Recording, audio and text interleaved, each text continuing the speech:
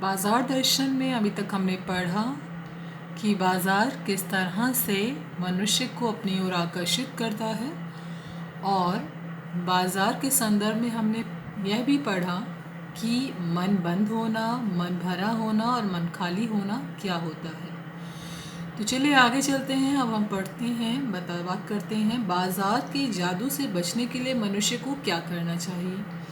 बाज़ार के जादू से बचने के लिए जब बाज़ार जाएं तो मन खाली ना हो, मन भरा हो, तभी बाज़ार जाएं और एक निश्चित सूची बनाते हुए ही बाज़ार हम निकलें।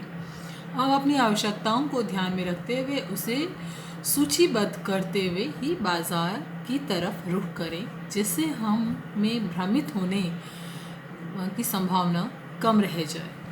हमने कल भगत जी के बारे में भी पढ़ा कि भगत जी चूरन बेचने वाले हैं, जिनको लोग भगत जी कहते हैं, और वह 6 आने का चूरन जैसे ही बेच लेते हैं, बाकी सारा चूरन बच्चों में मुफ्त में बांट देते हैं। वे चाहे तो वह करोड़पति हो सकते हैं, क्योंकि वो उनका चूरन हाथों हाथ दिखता है और दूर दूर तक लोग उस चूरन के कायल हैं। परंतु वह संतोषी व्यक्ति हैं, जिन्हें इतना लालच नहीं है चीज़ों का। वह आराम से ही उन सब चीज़ों से अपना कार्य चला लेते हैं जितना वह कमाते हैं। भगत जी जब बाज़ार की तरफ निकलते हैं, लेखक कहते हैं, तो वह कभी भी उसके माया जाल में नहीं फंसते। अगर वो नमक जीरा लेने जा रहे हैं बाज़ार, तो परचून की दुकान पर जाकर नमक जीरा ही लेंगे। ऐसा नहीं कि वे आंख बंद करके चल रहे हैं। वे आंख बंद करके नहीं जाते, वे सारे बाज़ार को निहारते हैं, देखते हैं, लेकिन उनकी आंखें अपने लक्ष्य की ओर टिकी होती हैं। जो उन्हें चाहिए वो वही उठाएंगे और बाकी सारा का सारी चीज़ें ऐसे ही बेमानी रह जाएंगी। वे कहते भी हैं लेखक, और तो नहीं, लेकिन इतना मुझे निश्चय मालूम है कि इन चूरन वाले भगत जी पर बाज़ार का जादू नहीं चल सकता। ठीक है, तो वह ये बताने का प्रयास करते हैं कि चूरन वाले जो भगत जी हैं वो कितने संयमित हैं और कितने ज़्यादा संतोषी स्वभाव के हैं। अब हम आगे पढ़ते हैं इस बाज़ार के दर्शन में कि अगर वो कहते हैं लेखक ज्ञानेंद्र कुमार, अगर भगत जी जैसा व्यक्तित्व ही सबका हो जाए तो किसी भी तरह की एक कह सकते हैं वैमनस्य या छीना झपटी जो सामान की होती है, या बाज़ार अपनी शैतानी शक्ति लेकर आता है, वह कभी ना हो। फिर वे कहते हैं बाज़ार की सार्थकता किस में है। यह प्रश्न के हल मैं साथ साथ करती चल रही हूँ आपकी। बाज़ार की सार्थकता किस में है। बाज़ार की सार्थकता अर्थात सार्थकता जो शब्द है उसका अर्थ है सही अर्थ। बाज़ार वह स्थान है जहाँ हमारी आवश्यकताओं की पूर्ति होती है। वस्तु की खरीद जो हमें चाहिए वह जब बाज़ार उपलब्ध करा देता है तब उसकी सार्थकता होती है। जो व्यक्ति यह जानता है कि उसे बाज़ार से क्या चाहिए, वही उसे सार्थकता प्रदान करता है। प्रश्न आता है कि बाज़ार की सार्थकता किस में है और बाज़ार सार्थक कब कहलाता है, कैसे लोग उसे सार्थकता प्रदान करते हैं।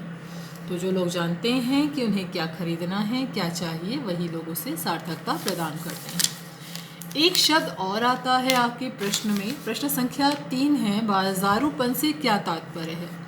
बाज़ारूपन, यह शब्द ध्यान दीजिएगा क्योंकि बोर्ड एग्जाम में भी बहुत बार पूछा जाता है। बाज़ारूपन अर्थात बाहरी दिखावा, बनावटीपन, छल कपट। वस्तुओं की ऊपरी चमक दमक देखकर उसकी ओर आकर्षित होना बाज़ारूपन है।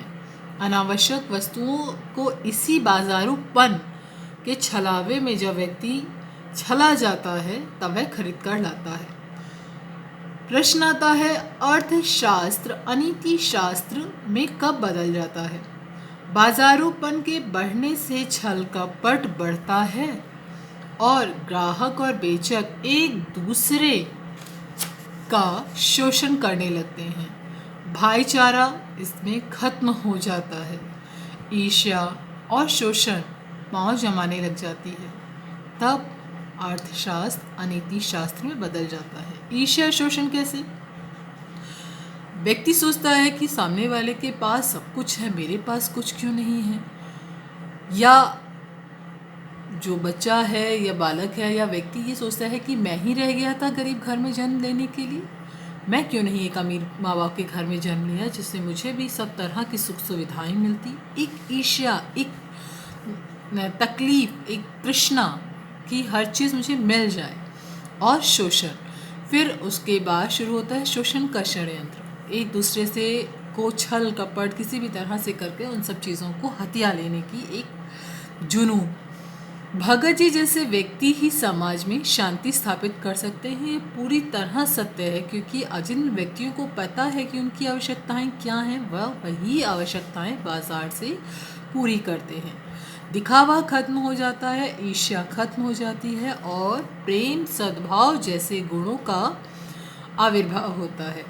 बाजार का सबके प्रति समान दृष्टिकोण भी है। ये क्वेश्चन भी आता है, क्या बाजार धर्म जाति के आधार पर समानता स्थापित करता है? ये पूरी तरह सत्य है। आपने देखा होगा बहुत सारे मंदिर ऐसे होते हैं जहाँ पर स्त्रियों को जाने की दो तीन मंदिर के बारे में हम पढ़ते भी हैं न्यूज़पेपर वगैरह में बहुत पाया, जहाँ स्त्रियाँ नहीं जा सकती।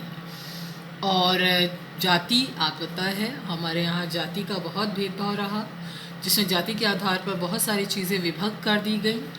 धर्म के आधार पर भी हर एक व्यक्ति की पैठ हर जगह नहीं है।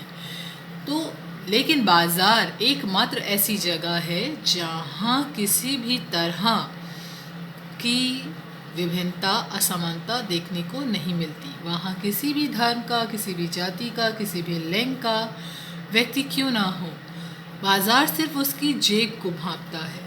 अगर उसमें चीज़ों को परचेजिंग पावर जिसे हम कहते हैं, सिर्फ उसे पैसे की पावर को देखता है कि उसके पास कितना चीज़ों को खरीदने की ताकत है। जिस व्यक्ति के पास यह होता है, बाज़ार उन सब के लिए समान रूप से खड़ा रहता है। ठीक है, तो ये था बाज़ार दर्शन पाठ, और इसे अब आप पढ़ लेंगे, ध्यान से समझ लेंगे, और इसके प्रश्न उत्तर मैं दूंगी आपको।